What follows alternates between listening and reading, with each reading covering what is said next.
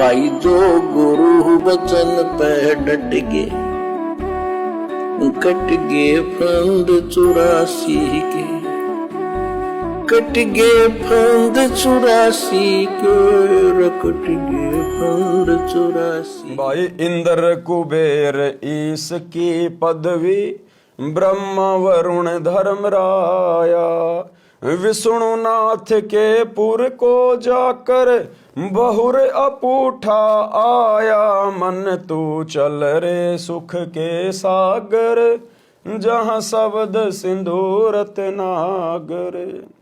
सतगुरु जो सब कुछ जानने वाले होते हैं, अंतर्यामी होते हैं, जिनको इस आत्मा की, प्रत्येक आत्मा की, प्रत्येक जीवन की खबर होती है।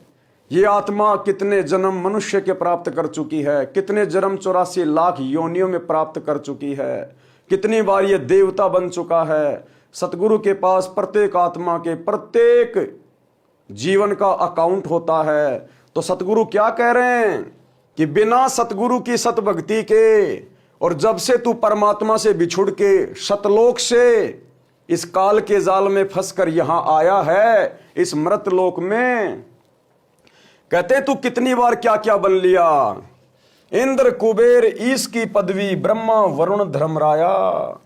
तो देवताओं का राजा इंद्र भी बन चुका है कई बार, उसके बाद भी तू 84 लाख योनियों में गया, तूने कष्ट उठाए। कुबेर तू धन का देवता भी बन चुका है, तू ईश यानी ब्रह्मा विष्णु महेश की पदवी भी प्राप्त कर चुका है। और विष्णुनाथ के पुरकू जाकर बहुर अपूठा आया, और तू श्री विष्णु जी के लोक में जाकर उसके वहां पर नौकर बनकर, गण बनकर तू वहां भी सारे सुख भोग चुका है। लेकिन जैसे ही तेरी वो भक्ति कमाई जो तू इस पृथ्वी पर मनुष्य शरीर में करता है, जैसी भी वो, जैसे ही तेरे वो पुण्य समाप्त होते हैं, तुझे वहां से नीचे पटक दिया जाता है। क्योंकि वो तो होटल हैं, ये जो स्वर्ग है, इंद्र की पदवी है, ब्रह्मा विष्णु महेश की पदवी है, ये तो होटल है, होटल। और होटल में आदमी को उसी समय तक रखा जाता है जब तक उसकी जेब में धन होता है। अगर उसको और रहना है तो उसको पैसे जमा कराने पड़ेंगे, पैसे नहीं होते हैं तो उसको होटल से बाहर कर दिया जाता है। इसी प्रकार ये जो ऊपर के लोग हैं, स्वर्ग, महास्वर्ग, देवताओं की ये पदवी, जब तक हमारे पास में मनुष्य जन्म में अर्जित की गई भक्ति की कमाई होती है, दान धर्म का जो पुण्य है वो होता है, तब तक ही हमारे को उन लोकों में रखा जाता है, हमारे को देवी देवता बना दिया जाता है, वहां छोटे मोटे कोई नौकर बना दिए जाते हैं।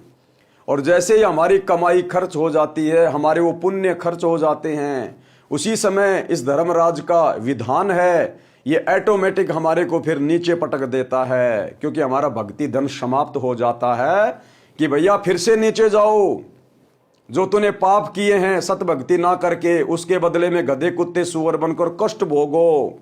और फिर 84 लाख योनियों का चक्कर काटने के बाद फिर तुझे एक मनुष्य जन्म मिलेगा। क्योंकि मनुष्य जन्म 84 लाख योनियां भोगने के बाद एक बार मिलता है।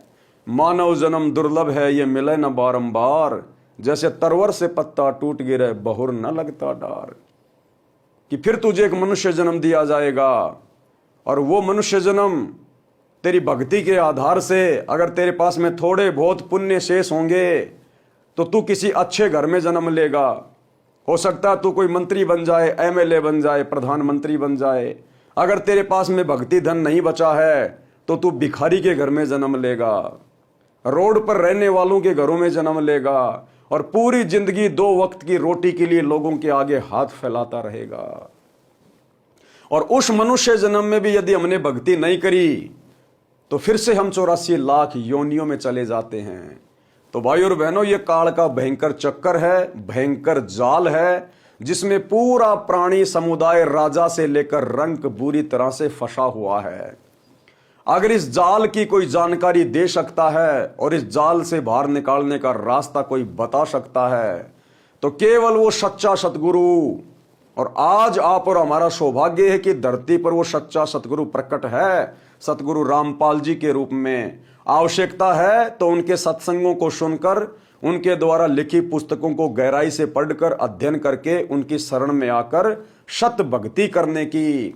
उसके बाद आप देखिएगा किस प्रकार से सतगुरु आपका ये लोक भी सुखी करेगा, और परलोक तो फिर सतगुरु की सत भक्ति से उनका विधान है सुखमय होगा ही होगा। जो गुरु बचन पे डट गे, कट गे फंद 84 के, कट गे फंद 84 के, कट गे फंद 84 के।